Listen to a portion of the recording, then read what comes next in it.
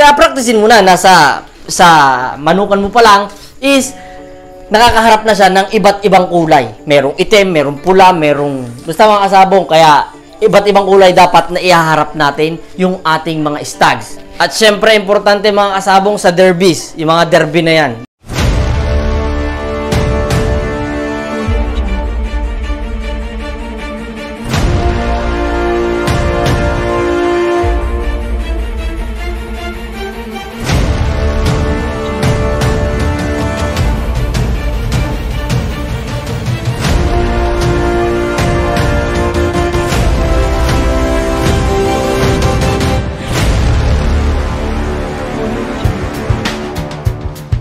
Kaya practicein mo na, sa manukan mo pa lang is nakakaharap na siya ng iba't ibang kulay. Merong itim, merong pula, basta mga kasabong. Kaya iba't ibang kulay dapat na ihaharap natin yung ating mga stags. At syempre, importante mga kasabong sa derbies, yung mga derby na yan, di ba? Hindi match up na yan. Hindi ka makakapamili talaga ng kulay dyan. Kaya mga kasabong, dapat dito pa lang sa gradas hanggat may kaya kang itulong sa manok mo. Itulong mo na dito. Dahil pag nandun na yan, pag binitawan mo na yan, bahala na sila dyan. Pero at least, ginawa mo yung part mo as handler, as tawag dito, owner nung iyong manok na ilalaban. Para wala nang sisihan. At least, kung tayo ay dumaan sa hindi buenasin, at least nasabi mo sa sarili mong ginawa ko the best dyan. Hindi lang para sa akin. Diba mga kasabong, ganun po dapat ang mindset ng ating pag-iisip. Hindi pwedeng laging buenasan na lang yan, buenasan na lang yan. Iba yung talaga yung pero talagang pag buenasan naman talaga to eh. Pero iba yung naghahanda. At tulad nga po ng sinabi ni Doc Marvin Rocafort mga kasabong, hanggat may natutulong ka na idea na kaya mong i-inject sa iyong manok dito pa lang sa ruweda mo, itulong mo na sa kanya. Dahil once na bitawan mo yan sa labanan, wala ka na matutulong dyan. Kaya mga kasabong, iyon ang ating pinaka-importante na dapat nating kailangang malaman at matutunan at dapat i-apply po natin mga kasabong. Dahil kung, sabi nga din po niya, kung ang aasahan natin ay buenas lang, huli ka na. Bola lang yan.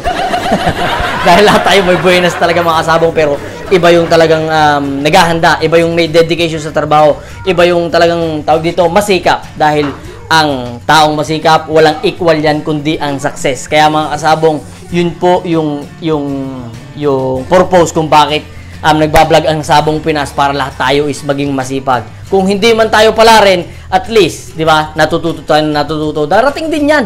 Nasa panalo din tayo dyan, darating din tayo dyan. Kaya mga kasabong, pagka dumating yung time na napanood mo ako at hindi ako nanalo. Kasalanan mo yan, lahi ka ni mayabang eh. Huwag mo na ako tawanan, pero naganda ako. Napakagod ako. Kaya mga kasabong, nagpagod kami.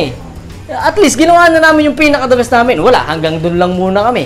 O, di ba mga kasabong, pero magkikita pa rin naman tayo. Di ba? Tama yung mga kasabong. Tuloy natin ang kwentuhan. So yun mga kasabong, ang idadamay ko lang siyempre habang tayo nagpapalakad sa umaga, malakas ang ilaw. Siyempre dapat nagpapatugtog din tayo ng mga dyan para siyempre doon sa samungan is maingay.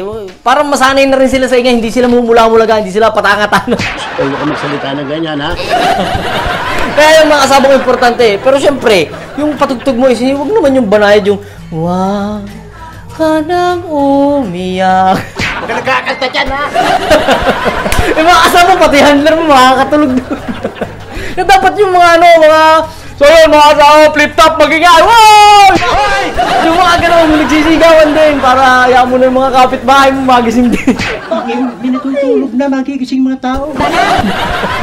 Yun mga kasabong, importante talaga yun. Tunay, mga kasabong, dahil yan, una kasi tahimik. Pagpasok ng manok mo sa gradas, tahimik yan. Kasi nagkakasapa. O, gito. Biglang sinabi, sige, larga na. Ang manok mo, tatakta ngayon. Siyempre, mga kasabong, ayun. Importante yun, mga kasabong. Yung gang 7 days na yun is i-maximize mo. I-maximize mo yung 7 days na yun para yung mga susunod na ituturo mo sa kanila, yung training ground na nila, nasa training na sila is makapag-focus ka na sa kung anong gusto mong ituro sa manok mo. Di ba? Yun yung skills, gameness, or kung ano mang mas mapapagpukusan mo, yun na yun. Di ba mga kasabong? Pero syempre, yung mga pagpapaingay, yung mga nasundot na lang yun. Sundot-sundot na lang yun habang hinahanda mo na siya. Pero hindi na siya kasama sa sa cycle mo. Di ba mga kasabong? Kasama pa rin naman pala. Pero hindi na siya kagaya nung 7 days. I-maximize mo po yun. Kaya mga kasabong, yung 7 days na yun na bago mo ihanda, yun yung dapat dapat natin isalang-alang yung mga sinabi ko kanina, yung mga napag-usapan natin, sinabi nung handler ko kanina. Ayun mga kasabong, malaking tulong po yan. Mga maliliit na bagay na pag pinagsama-sama mo is malaking impact sa ating manok. Kaya mga kasabong, yun nga sinabi ko kanina, hindi man tayo palaring. Di ba mga kasabong? Isinapuso naman natin yung laban. Di ba mga kasabong? At least pinaghandaan natin sila. Kung mas pinaghandaan nila tayo, o di sa susunod na maghaharap ulit tayo, mas paghahandaan na kita. Ganun dapat yung mindset natin mga kasabong. Kung tayo ay hindi papalarin sa mga laban na ganyan, huwag mo sasabihin na hindi naman tuntunay yung sinasabi ni Sabing Punaspit, hindi ako manalo. Mali naman yung ginawa mo eh. Baka naman mga kasabong, baka naman yung manok mo talaga is hindi na napapanahon sa ganun. Kaya mga kasabong, piliin natin yung mga ilalaban natin, piliin natin yung lalo't derby mga kasabong. Dapat yung selection pa lang mga kasabong is meticuloso ka na. Kahit nga kami dito sa sa Egypt yung game farm, hirap pa rin kami mag-select. Kung hindi, ang hirap naman kaya nun yung sino kaya dito yung tatlong mananalo sa elimination. Mahirap yung mga kasabong, kaya yun. Dapat yung mga sinabi ko at mga binigay ko sa inyong advice is malaking tulong po sa atin yan mga kasabong, dahil yung advice na yan ay hindi lang po lahat sa akin nanggaling po yan sa kung kani-kanino. Pinagsisimot ko po yan at para pagka dumating yung time na dikdikan na, labanan na, ayan na. Dikdikan na. Kaya nga, ikaw alam kung magaling ang tsamba mo, malakas eh. Pag dumating yung time na makapanood mo at di nakapalo man ako, tsamba lang yun. Talagang may sa demonyo ka eh. Tsaka mga kasabong, may isama ko lang, yung handler nyo, yung mga tao nyo sa manukan, treat nyo na kapatid, na katropa, basta yung intact kayo sa isa't isa. Dahil importante yung mga kasabong. Kahit dito, makikita ng mga tropa, kami na nila Alvin, yan. Parang kapatid ko na yan. Pag nagiinom kami dyan, kung ano-anong pinag-uusapan namin sa buhay-buhay. Mga ganun mga kasabong, attach nyo yung sarili nyo sa inyong tawag dito, kasama sa manukan. Dahil pag tinrate nyo yan as boy lang mga kasabong, is parang nakaka-degrade din naman. Bigyan nyo sila ng pangarap sa buhay. Kasi marami naman dyan magpapalit-palit, di ba? Dadating sa time na aangat sila, uulad sila ng dahil sa'yo. Mas maganda yun mga kasabong dahil good deeds yun. Pagpunta mo sa langit, meron ka na kagad isang dun. May isa ka na kagad na nagawang mabuting bagay sa kapwa mo. Kaya mga kasabong, yun lang yung maibibigay ko sa inyong advice. Bilang tayo ay kapitalista eh. Siyempre, mapapera tayo. Yabang nito. Kailan pala? Wala ako.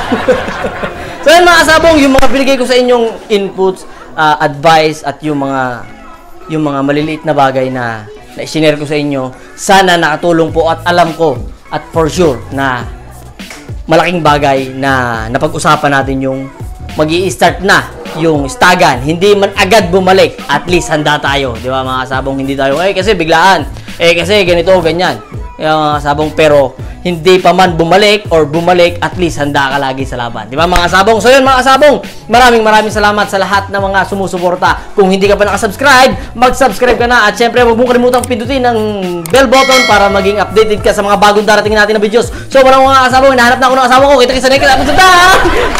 Sabong Pinas! Alright, uwi na!